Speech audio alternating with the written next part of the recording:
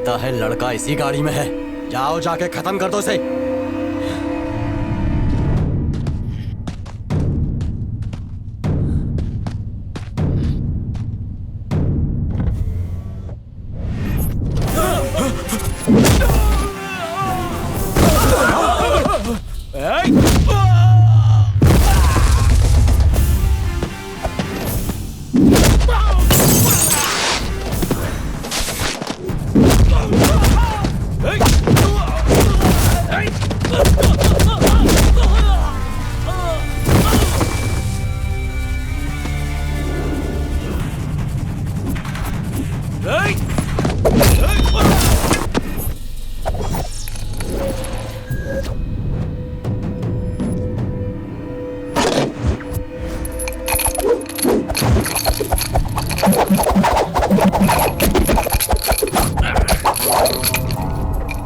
हमारे सामने ये दो डंडियां लेके हवा में ऐसे वैसे घुमाने से तू एक्शन हीरो नहीं बन जाएगा।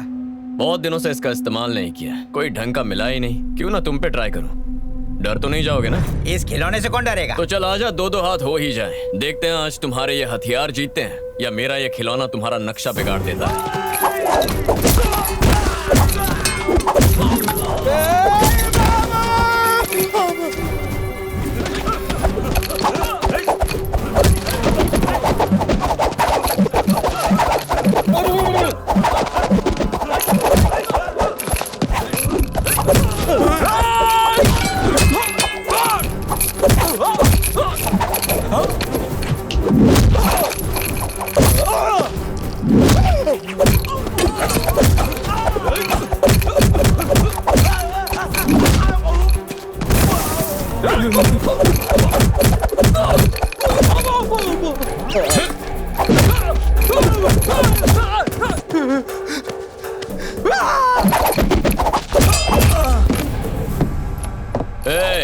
सब अपनी अपनी शर्ट उतार कर बैठ जाओ। तो बच्चों, इस खिलौने से क्या सीखा? हर खिलौना बच्चों के खेलने का नहीं होता। आप जैसा भोला भाला दिखने वाला आदमी भी कभी कभी खतरनाक हो सकता है। सेहत से तो गुंडे नहीं लगते हो। वैसे करते क्या? बल्ली ठाकुर क्या काम करते हैं? क्या मिलता है? 2 वक्त का खाना और 1000 रुपया रोज मिलता है? साल में एक बार। एक बात तो समझ में आ गई, तुम में से कोई भी ये काम करना नहीं चाहता, बस भूख की वजह से मजबूर हो। मैं तुम सबका बैंक अकाउंट खुलवाऊंगा और हर एक के खाते में 10 लाख डाल दूंगा। अपने परिवार की अच्छे से देखभाल करो और ईमानदारी का काम करो। आप महान हो। हम गुंडागर्दी नहीं करेंगे, आज से हम वही करेंगे जो आप कहेंगे।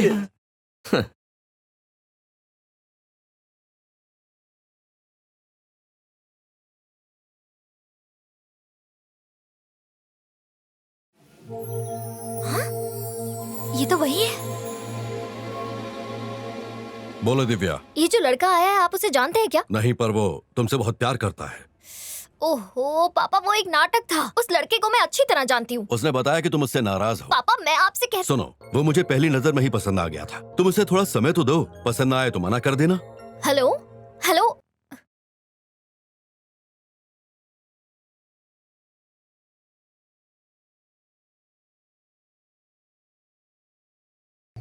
ये क्या नौटंकी चल रही है यहाँ? इसे उठा के बाहर फेंकने को कहा था, यहाँ ले आए। देखिए मालिक, हमें तो ये बहुत पसंद है। आप इसे ही दामाद बनाइए।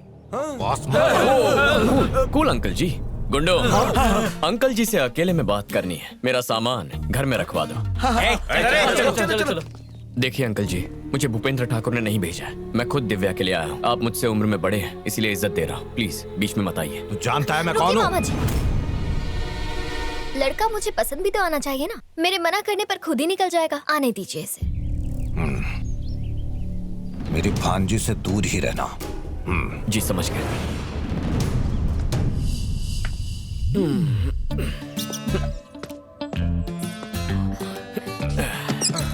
घर पे मेहमान आया है, स्वागत नहीं करेंगे? चाय पानी मिल जाए तो।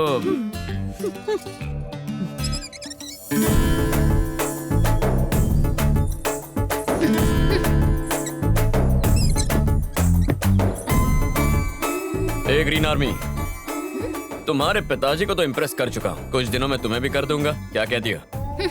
इम्प्रेस करने आए हो, डिप्रेस होकर जाओगे। बोरिया बिस्तर बांध कर ही रखो। इतना कॉन्फिडेंस? अभी तक नोटिस नहीं किया था, लेकिन तुम्हारा फिगर बड़ा कमाल का है। चलती हो तो लगता है बिजली गिरती है।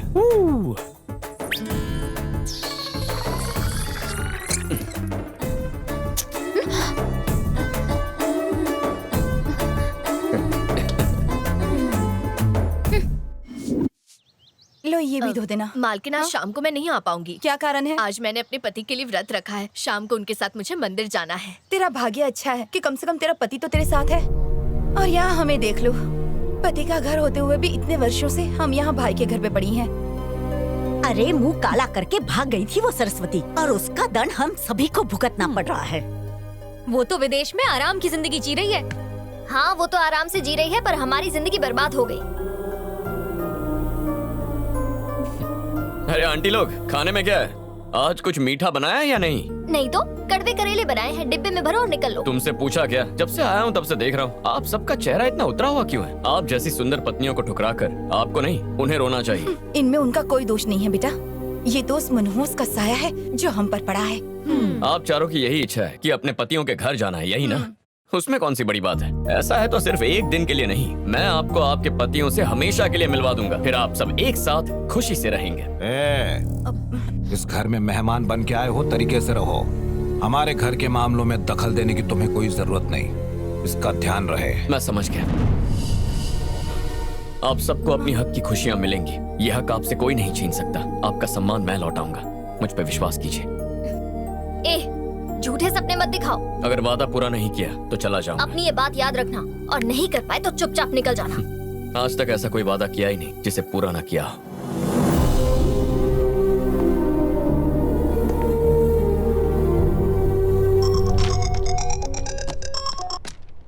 माँ, मैं यहाँ पहुँच गया हूँ और सबसे मिल भी चुका हूँ। सही कहा था, सब दिल के अच्छे हैं। माँ नहीं, मैं बोल रहा हूँ। अरे पापा, वो फैक्ट्री में पता चल गया है। देखो, उन लोगों को मनाना इतना आसान नहीं है। घर वालों की नाराजगी तो मैं बहुत जल्द दूर कर दूंगा। अब मैं यहाँ आ गया हूँ ना, सब मुझ पे छोड़ दीजिए। बेटा, इतने साल हो गए, उस बापू ने तुम्हारे माँ से बात तक नहीं की है। वो अपना घमंड नहीं छोड़ेंगे। अच्छा, पर माँ ने तो उनके बारे में सिर्फ अच्छी बातें कही थी। छोड़िए ना पापा, अगर उन्होंने हमारे साथ रूखा व्यवहार किया है तो हम उनका दिल प्यार से जीतेंगे। इसलिए अब जैसा मैं कहता हूँ आप वैसा ही कीजिए। जाके खेत में काम करो। चल। हेलो, कैसे हो नागेंद्र? मुझे पहचाना? अबे तू है? मुझे फोन करने की हिम्मत कैसे की? फोन करने के लिए हिम्मत की जरूरत नहीं होती है, उंगलियों की होती है। भैंसे ऐसा बोलता है गेंडे? ये तेरे भाई को। भैया भैया भैया, वो लाइन पर है। कौन है? अरे वही जिसने फोन किया है। नाम तो बता। वो कुमार जो सरस्वती को भगा ले गया था। उसने क्यों फोन किया? अबे भगोड़े, मुझसे बचने के लिए 7 समंदर पार चला गया। आवाज नीचे। सबके दिन बदलते हैं, तेरा भी घमंड टूट जाएगा। तू क्या मेरे घमंड को तोड़ेगा? वैसे तेरी बेटी की शादी होगी नहीं, कोई आके उड़ा ले जाएगा। ओए, किसके अंदर हिम्मत ऐसा करने की? मेरे बेटे में, और किसमें? और अब तक मेरा बेटा तो वहाँ पहुँच भी गया होगा। तेरी आंखों के सामने वो उसे मंगलसूत्र पहनाएगा। रोक सकता है तो रोक ले, अभी समय है, नहीं तो पछताएगा तू। फिर ना तू इधर का रहेगा ना उधर का। ओए, उस समय तू मुझसे बच गया। अगर तेरे बेटे ने यहाँ आने की हिम्मत की तो उसके टुकड़े तेरे पास पार्सल करवा दूंगा। चल फट। ऐ सुनो। हाँ भैया। वो सरस्वती का बेटा यहाँ आया है, तुम्हें जिस पर भी शक हो उसके हाथ पैर बांधकर मेरे पास ले आओ। अभी लाता हूँ। क्या हुआ अंकल, इतना गुस्सा क्यों कर रहे हैं? किसका फोन? अरे एक पुरानी बात है, ओह। तुम वो सब छोड़ो, चलो खाना खाते हैं। चलिए।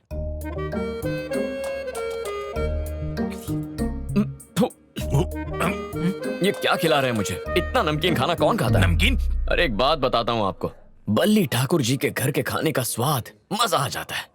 वैसे घर की महिलाएं जो खाना बनाती हैं, उसका स्वाद अलग ही होता है। आपको मैं कल का किस्सा बताता हूँ। वहाँ जो दाल बनी थी उसका स्वाद। वो दाल तड़का जरूर मेरी पत्नी मीनाक्षी ने बनाया होगा, मजेदार था। अच्छा, वो आपकी पत्नी है? हाँ। और परसों पनीर बिरयानी किसी ने कितने कमाल की बनाई थी। अरे वो मेरी पत्नी ने बनाई होगी। तुम्हें पता है साक्षी हर तरह की बिरयानी बहुत बढ़िया बनाती है, पसंद कैसे नहीं आता?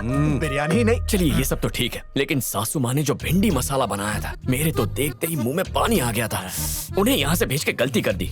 आप यहाँ बैठ के नमकीन खाना खा रहे हैं और वहाँ बल्ली जी रोज उंगलियां चाट रहे हैं। जिसके नसीब में वही खाए। सांभर दे। खाओ।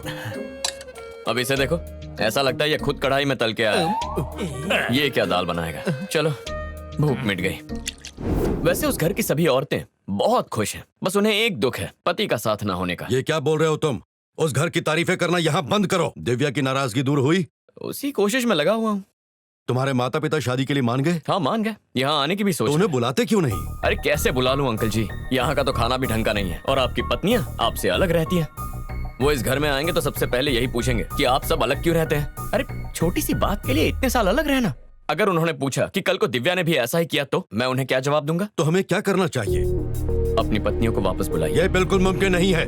तुम्हारी शादी के लिए मैं अपने साथ हुए इतने बड़े धोखे को भूल जाऊं? अगर यही तुम्हारी जिद है ना तो ये शादी नहीं हो सकती। ये तो गड़बड़ हो गई। इतना भड़क क्यों रहे हैं? आपकी इस छोटी सी प्रॉब्लम का मैं आपको एक सोल्यूशन दे सकता हूँ। तो क्या है सोल्यूशन, जल्दी से बताओ। नाटक करना होगा। क्या कह रहे हो? हाँ नाटक करना होगा। आपने कभी नाटक देखा नहीं है क्या? अरे किसी भी नाटक में कपड़े, प्रॉप्स, किरदार सब नकली होते हैं। शो खत्म होने के बाद उन सबको लौटा देते हैं। ठीक वैसे ही आपकी पत्नियों को यहाँ लाएंगे, शादी तक रखने का नाटक करेंगे, फिर भेज देंगे। इससे एक तीर से दो निशाने लगेंगे। पहला, ये शादी हो जाएगी और दूसरा, बल्ली ठाकुर का घमंड भी चूर हो जाएगा। कार्तिक की योजना बहुत अच्छी है, इससे नाक भी नहीं कटेगी और मूछ भी बच जाएगी। मुझे भी ऐसा ही लगता है भैया, यही सही होगा। हाँ। ठीक है, उन्हें ले आओ। हाँ। लेकिन उनके साथ कुछ भी गुटरगु करने की जरूरत नहीं। जैसे ही शादी खत्म होगी उन्हें वापस भेज देना। गुटर गुना सही, काव काव तो कर सकते हैं। हाँ। गलती से मिस्टेक हो गई।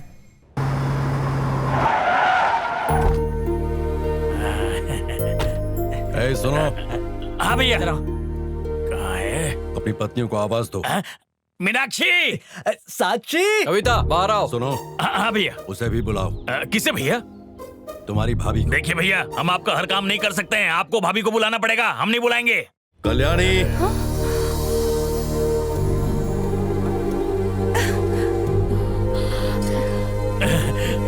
मीनू, मीनाक्षी।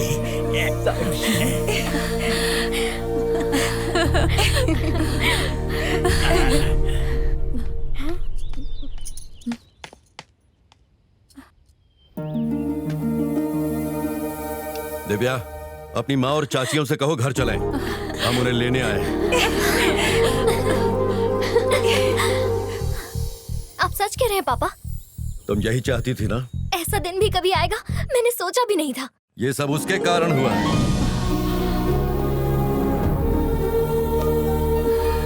भूपेंद्र, वहीं रुको।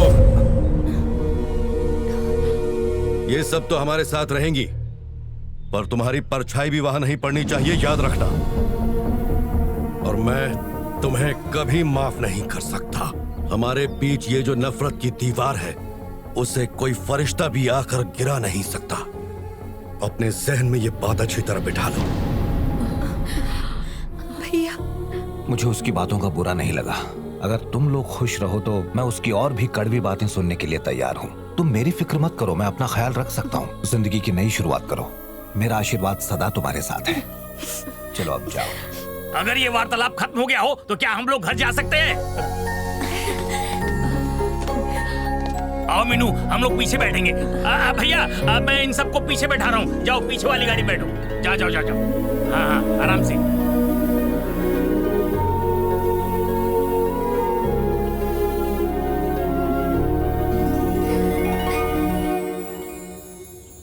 कार्तिक, कार्तिक,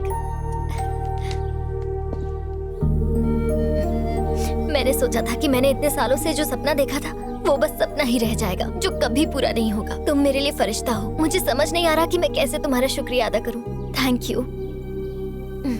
ये लो तुम्हारी फैक्ट्री का एनओसी।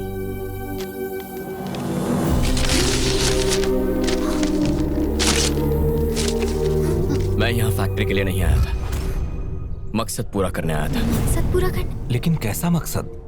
कौन हो तुम? मैं सरस्वती का बेटा हूँ। माँ ने भेजा है। तुमने ये बात छुपा के क्यों रखी? अगर पहले ही बता देता तो आप इस शादी से इनकार कर देते। मेरी माँ की वजह से आपको पहले ही बहुत तकलीफ हुई है, पर अब मैं उन तकलीफों को दूर करने के लिए आया हूँ। अगर भूपेंद्र को पता चला तो वो तुम्हें मार देगा। मैं माँ के लिए मरने को भी तैयार हूँ। बेटा, अगर तुम्हारे बाप ने जिंदगी में कोई अच्छा फैसला लिया है तो इस हीरे को दामाद बनाने का लिया है।